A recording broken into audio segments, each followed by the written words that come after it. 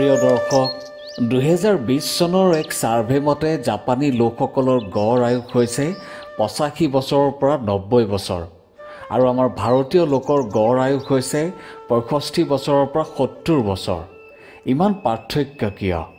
কাৰণ জাপানী লোকসকলে সদায় স্বাস্থ্যৱান হৈ থকাৰ কিছুমান সহজ উপায় অনুসৰণ কৰে, যিকেইটা হয়তো আমাৰ দেশত পালন কৰা নহয় বা সঁচা অৰ্থত ক'বলৈ গ'লে আমি নিজেই নকৰোঁ, যাৰ বাবে আমাৰ দেশৰ জনসংখ্যাত যুৱক যুৱতীৰ সংখ্যা বেছি।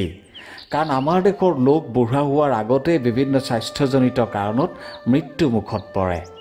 আজিৰ ভিডিঅ'টোত আমি লৈ আহিছোঁ কেইটামান অতি সহজ উপায়, যিকেইটা মানি চলিলে আপুনি বিভিন্ন ৰোগৰ পৰা নিজকে বচাব পাৰিব আৰু সদায় সুস্বাস্থ্যৱান হৈ থাকিব পাৰিব। যিকেইটা মানিব নোৱাৰোঁ বুলি ক'লে আমি নিজেই নিজৰ শৰীৰটোক প্ৰবঞ্চনা কৰা হ'ব। গতিকে ভিডিঅ'টো সম্পূৰ্ণকৈ চাব। এইখিনিতে আপোনালোকলৈ এটি অতি বিনম্ৰ অনুৰোধ, আপোনালোকে চেনেলটো ছাবস্ক্ৰাইব নকৰিলেও ভিডিঅ'টো এটা লাইক কৰি দিব। আপোনাৰ এটা লাইকে বহুতো অনাথ শিশুৰ জীৱন উদ্ধাৰ কৰাত সহায় কৰিব। কাৰণ আমি আমাৰ চেনেলৰ পৰা পোৱা ধনৰ এটা অংশ অনাথ শিশুৰ জীৱনটো সুখকৰ কৰি তোলাত আগবঢ়াই আছোঁ। আপুনিও আমাৰ এই যাত্ৰাত অংশীদাৰ হওক। এতিয়া আহক ভিডিঅ'টোৰ মাজলৈ আগবাঢ়োঁ। আজিকালি প্ৰায় মানুহৰ এটা অতি বেয়া অভ্যাস হৈছে যে ৰাতিপুৱা দেৰিকৈ উঠা, ৰাতিলৈকে কাম কৰা আৰু ৰাতিপুৱা দেৰিলৈকে খোৱা। অৱশ্যে ইয়াৰ বাবে কেৱল আপুনি বা মই প্ৰত্যক্ষভাৱে দায়ী নহয় যদিও পৰোক্ষভাৱে নিশ্চয় দায়ী। কাৰণ সময়ৰ পৰিৱৰ্তনৰ লগে লগে যুগৰ পৰিৱৰ্তনৰ লগে লগে মানুহৰ স্বভাৱ চৰিত্ৰৰো পৰিৱৰ্তন নিশ্চয় দেখা গৈছে, যাৰ বাবে মানুহৰ মানসিক আৰু শাৰীৰিক সমস্যা দুয়োটাই বেছি হৈছে। সেয়েহে চেষ্টা কৰক যাতে ৰাতিপুৱা যিমান পাৰি সোনকালে বিচনা ত্যাগ কৰিব পাৰে। এনে কৰিলে আপোনাৰ ভিতৰত থকা নেতিবাচক বা নিগেটিভ চিন্তাবোৰ হ্ৰাস পায় আৰু মন আৰু শৰীৰ সতেজ কৰি ৰাখে, যি আপোনাৰ সফলতাৰ বাবে অতি জৰুৰী। ৰাতিপুৱা শুই উঠি খালী পেটত এগিলাচ কুহুমীয়া গৰম পানী খোৱা উচিত। পাৰিলে মুখ নোধোৱাকৈয়ে এই কাম কৰিব লাগে। খালী পেটত কুহুমীয়া পানী খালে হজম শক্তি উন্নত কৰা, এচিডিটিৰ পৰা উপশম পোৱা, ছালৰ কোষবোৰ মেৰামতি কৰাত সহায়ক হয়। কুহুমীয়া পানী খালে শৰীৰৰ উষ্ণতা বৃদ্ধি কৰি শৰীৰ বিষমুক্ত হোৱাত সহায় কৰিব পাৰে, যাৰ ফলত ঘাম ওলায়, যিয়ে বিষাক্ত পদাৰ্থবোৰ বাহিৰ কৰে। ৰাতিপুৱা চূণৰ সৈতে কুহুমীয়া গৰম পানী খালে ভিটামিন চি আৰু পটাছিয়াম যোগান ধৰি ৰোগ প্ৰতিৰোধ ক্ষমতা শক্তিশালী কৰাত সহায় কৰিব পাৰে। কুহুমীয়া গৰম পানী খালে চৰ্বি জমা হোৱা ঠাইবোৰ জ্বলাই স্নায়ুতন্ত্ৰত জমা হোৱা ঠাইবোৰ ভাঙি তেজৰ সঞ্চালন উন্নত কৰাত সহায় কৰিব পাৰে। কুহুমীয়া গৰম পানী খালে মানসিক চাপ কমোৱাটো সহায় কৰিব পাৰে আৰু স্নায়ুতন্ত্ৰক শান্ত কৰি শিথিলতা বৃদ্ধি কৰিব পাৰে। গোটেই দিনটোত কুহুমীয়া পানী খালে স্লেমা বা শেঙুন পাতল হৈ শৰীৰৰ পৰা বাহিৰলৈ ওলাই যোৱাত সহায়ক হয়। ডিঙিৰ বিষ আৰু চাইনাছৰ সমস্যাৰ পৰাও উপশম পোৱাত সহায় কৰিব পাৰে। সেয়েহে ৰাতিপুৱা শুই উঠিয়েই কুহুমীয়া পানী খালে দিনটোৰ কাৰণে আপুনি বিভিন্ন সমস্যাৰ পৰা অলপ হ'লেও ৰেহাই নিশ্চয় পাব পাৰে। কেতিয়াও খালী পেটত গাখীৰ চাহ নাখাব। গাখীৰৰ চাহৰ বহুতো পাৰ্শ্বক্ৰিয়া হ'ব পাৰে, য'ত আছে পেট ফুলা। গাখীৰত লেক্টোজৰ পৰিমাণ বেছি হ'লে পেট ফুলা, গেছ, কোষ্ঠকাঠিন্য আদি হ'ব পাৰে।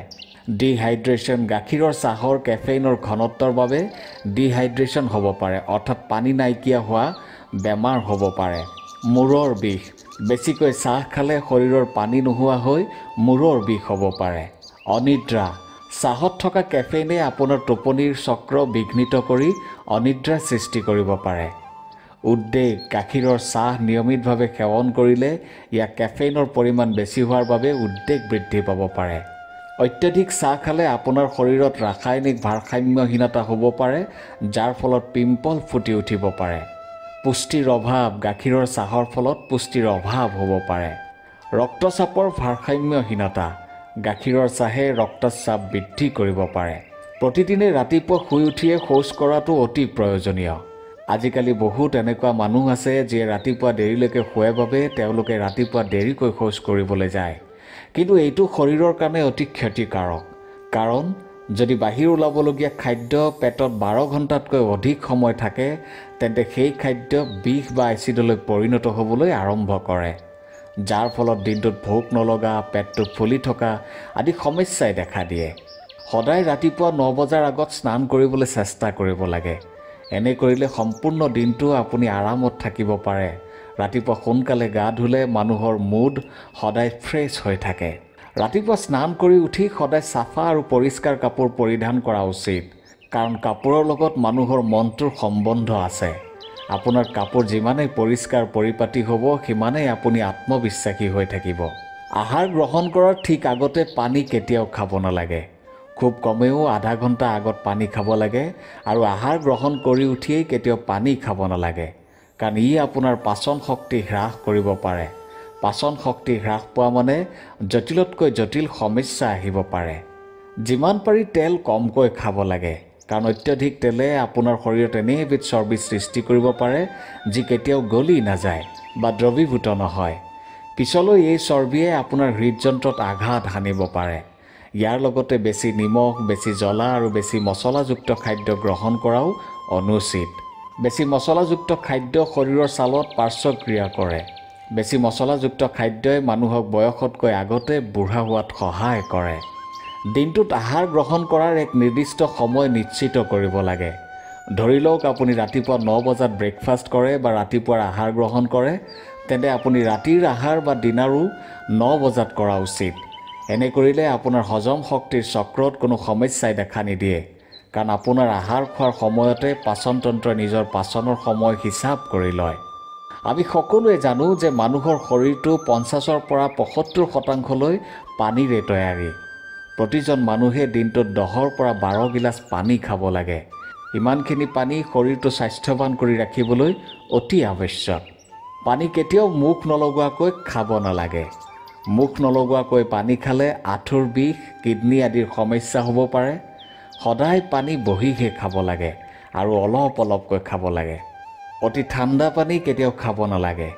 এনে কাৰ্যই মানুহৰ পাচন শক্তি কম কৰে আৰু শৰীৰৰ ছাল সোনকালে শোটোৰা পৰে। আৰু কেতিয়াও কোনো গৰম খাদ্য খাই উঠি ঠাণ্ডা পানী খাব নালাগে। উদাহৰণস্বৰূপে গৰম কেৰাহী এখনত লগে লগে ঠাণ্ডা পানী ঢালিলে যি অৱস্থা হয়, তেনে অৱস্থা আপোনাৰ পেটতো হ'ব পাৰে। আয়ুৰ্বেদৰ মতে মাটিৰ কলহত ৰখা পানী খোৱাটো অতি উত্তম। গৰমৰ দিনত আমি সকলোৱে এটা ডাঙৰ ভুল কৰোঁ। গৰম সহ্য কৰিব নোৱাৰি আমি দোকানত পোৱা ক'ল্ড ড্ৰিংকছ আদি খাওঁ, য'ত এক মাৰাত্মক কেমিকেল থাকে যিয়ে আমাৰ শৰীৰৰ ক্ষতি কৰাত সহায় কৰে। তাতকৈ ঘৰতে প্ৰস্তুত কৰা নেমু পানী যথেষ্ট উপকাৰী। আমি কেতিয়াও অধিক ঠাণ্ডা আৰু অধিক গৰম পানীৰে গা ধুব নালাগে, কাৰণ আমাৰ শৰীৰৰ তাপমাত্ৰাই বাহিৰৰ তাপমাত্ৰাক সন্তুলিত কৰি ৰাখিব নোৱাৰে। কেতিয়াও সূৰ্যাস্তৰ পিছত দৈ খাব নালাগে। দৈ খোৱাৰ উপযুক্ত সময় হৈছে ৰাতিপুৱা আৰু দুপৰীয়া। দৈৰ লগত সাধাৰণতে মানুহে নিমখ মিহলাই খায়, কিন্তু ই স্বাস্থ্যৰ বাবে হানিকাৰক। দৈৰ লগত সদায় গুড় বা চেনি মিহলাই খালে শৰীৰৰ ছাল সতেজ হৈ থাকে। আহাৰ খোৱাৰ পিছত অলপ মিঠা আৰু চফ গুটি খোৱা উচিত। এনে কৰিলে বদ হজম হোৱাৰ সম্ভাৱনা নাথাকে। পৰম্পৰা অনুসৰি ভোজন কৰাৰ সময়ত কেতিয়াও কথা পাতিব নালাগে। এই কথাষাৰ চাগে আপুনি আপোনাৰ ককা আইতাৰ মুখত নিশ্চয় শুনিছে। আহাৰ খোৱাৰ সময়ত কথা পাতিলে খোৱাৰ ওপৰত ধ্যান নাথাকে। আয়ুৰ্বেদৰ মতে ই স্বাস্থ্যকৰ নহয়। আহাৰ কেতিয়াও থিয় হৈ খাব নালাগে। আয়ুৰ্বেদৰ মতে থিয় হৈ খোৱা মানে খাদ্যৰ অপমান কৰা বুজায়। থিয় হৈ খালে পেট ফুলা, ক্ৰেম্প আৰু গেছৰ পৰাও অস্বস্তিৰ সৃষ্টি হ'ব পাৰে।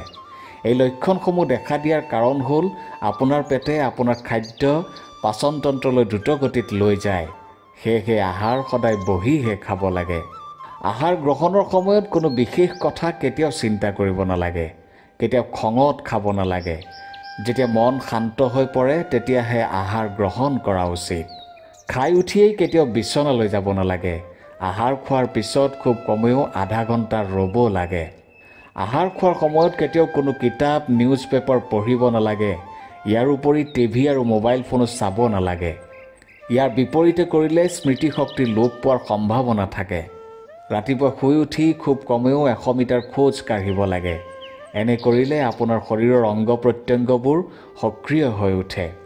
সূৰ্যাস্তৰ পিছত কেতিয়াও গধুৰ ভোজন কৰিব নালাগে। এনে ভোজনৰ বাবে সদায় সূৰ্যাস্তৰ আগৰ সময়খিনি অতি উত্তম।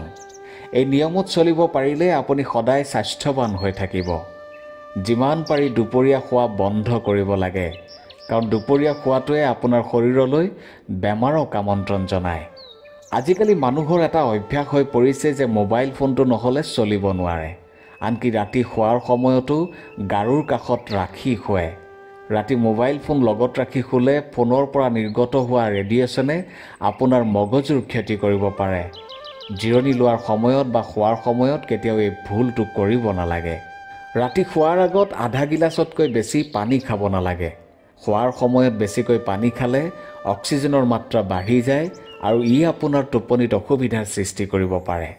শেষত ৰাতি শোৱাৰ সময়ত সদায় কেইটামান সংকল্প কৰিহে শুব লাগে, যেনে মই নিৰোগী আৰু স্বাস্থ্যৱান, মই এগৰাকী ভাগ্যশালী ব্যক্তি, মোৰ পৰিয়ালত কোনো দুখ কষ্ট সমস্যা নাই, আমি সকলো সুখী। এনেধৰণৰ সংকল্প কৰি শেষত ভগৱানক ধন্যবাদ জনাব লাগে যে হে ভগৱান, আজিৰ দিনটোৰ বাবে আপোনাক অশেষ ধন্যবাদ।